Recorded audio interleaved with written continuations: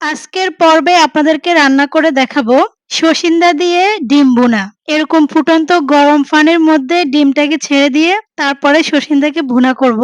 রেসিপিটি একদম ঘরোয়াভাবে আজকে আপনাদের সাথে শেয়ার করেছি। আশা করি রেসিপিটি আপনাদের ভালো লাগবে। তো চলুন রেসিপিটি শুরু করা যাক। প্রথমে আমি চুলাতে একটি ফ্যান বসিয়ে দিলাম আর দিয়ে দিলাম 1 কাপ পরিমাণ পানি। চুলার জালটাকে আমি অন করে দিয়েছি। পানিটা ফুটে ওঠা পর্যন্ত অপেক্ষা করব। পানিটা ফুটে উঠেছে আর এখানে আমি একটি বাটির মধ্যে একটা ডিমকে ফেটে নিয়েছি। এখন ফুটন্ত গরম পানির মধ্যে ডিমগুলোকে এভাবে দিয়ে দিলাম। ডিমগুলো একটু শক্ত হওয়া পর্যন্ত অপেক্ষা করব। এই 2 থেকে 3 মিনিটের মতো ডিমটাকে আমি একটু সেদ্ধ করে নেব। তো দেখেন ডিমটা সিদ্ধ হয়ে গিয়েছে। আমি এখন ডিমটাকে নামিয়ে নেব। এরকম একটা ছাঁকনির সাহায্যে আমি ডিমটাকে ছেঁকে নিচ্ছি। আমি চুলাতে আবারও ফ্যান বসিয়ে দিলাম আর ফ্যানের মধ্যে দিয়ে দিলাম 3 টেবিল চামচের মতো রান্নার রেগুলার তেল। এখন আমি আরেকটা ডিম ভেজে নেব। এখানে আমি আরেকটা ডিম নিয়েছি, সেখানে কাঁচামরিচ, ধনিয়া পাতা সবগুলা পেঁয়াজ দিয়ে আরেকটা ডিমকে ভেজে নিচ্ছি। তো আমি দুভাবেই ডিমটাকে ভেজে নিচ্ছি। আপনারা চাইলে শুধু একভাবেই ডিমটাকে ভেজে নিয়ে কিন্তু রান্নাটা করতে পারবেন। তো দেখুন ডিমটাকে আমি এভাবে পাটিসাপটা ফিটার মতো ভাঁজ করে নিচ্ছি। তো ডিমটাকে ভাজা হয়ে গিয়েছে। আমি এখন একটু ডিমটাকে কেটে নিচ্ছি।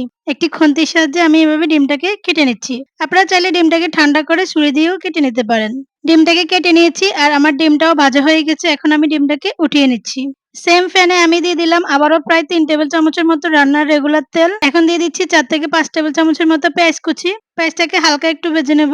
পেঁয়াজটা ভাজা হয়ে গিয়েছে। এখন আমি এখানে কিছু শুকনো উপকরণ এড করব। আমি দিয়ে দিলাম 1 চা চামচ জিরার গুঁড়া, 1 চা চামচ ধনিয়ার গুঁড়া, 1 চা চামচ হলুদের গুঁড়া। দিয়ে আমি আবারও মশলাটাকে একটু ভালো করে নেড়েচেড়ে নিচ্ছি। আর এখানে দিয়ে দিলাম কিছু কাঁচামরিচ। আমি কিছু কাঁচামরিচকে আস্ত রেখেছি আর কিছু কাঁচামরিচকে আমি ফালি করে দিয়েছি। আবারও সবগুলো মশলাকে একত্রে মিক্স করে নিচ্ছি। এখন দিয়ে দিচ্ছি স্বাদমতো লবণ। এখন দিয়ে দিলাম সামান্য একটু পানি। দিয়ে দিচ্ছি 1 টেবিল চামচ মরিচের গুঁড়া।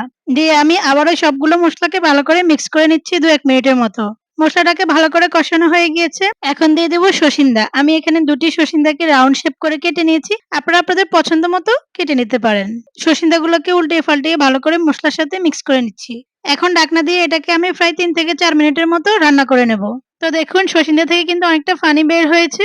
আর এই পানিতেই কিন্তু সসিন্দাটা সিদ্ধ হয়ে যাবে। আমি কিন্তু এখানে আর কোনো প্রকার পানি ব্যবহার করব না। এখন আমি দিয়ে দিচ্ছি আগে থেকে তৈরি করে রাখা ডিমগুলো। যে ডিমটাকে আমি ফুটন্ত গরম পানি দিয়ে সিদ্ধ করেছি আগে সেই ডিমগুলো দিয়ে দিলাম। দিয়ে আমি আবারও ভালো করে মশলার সাথে মিক্স করে নিয়েছি। এখন দিয়ে দিচ্ছি বাকি ডিমগুলো। তো অনবরত নেড়ে নেড়ে আমি কিন্তু রান্নাটা করে নিচ্ছি।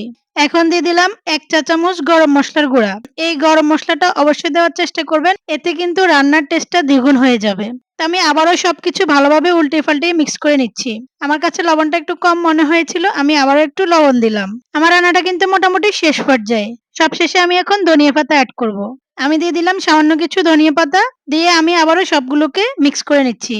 তো দেখুন তৈরি হয়ে গেল ডিম দিয়ে সসিন্দা ভুনা। আসলে খুবই অসাধারণ একটা রেসিপি। সিম্পল ভাবে রেসিপিটি আপনাদের সাথে শেয়ার করেছি। আর এই সমস্ত বাঙালি রান্নাগুলা কিন্তু সত্যি অসাধারণ খেতে। অনায়াসে কিন্তু 1 প্লেট ভাত খাওয়া যায় এইসব রেসিপিগুলা দিয়ে। আশা করি রেসিপিটি আপনাদের ভালো লাগবে। রেসিপিটি যদি আপনাদের ভালো লেগে থাকে তাহলে একটি লাইক করবেন। আর পরবর্তী রেসিপি পাওয়ার জন্য চ্যানেলটি সাবস্ক্রাইব করে রাখতে পারেন। আজকের ভিডিও পর্যন্তই। আল্লাহ হাফেজ।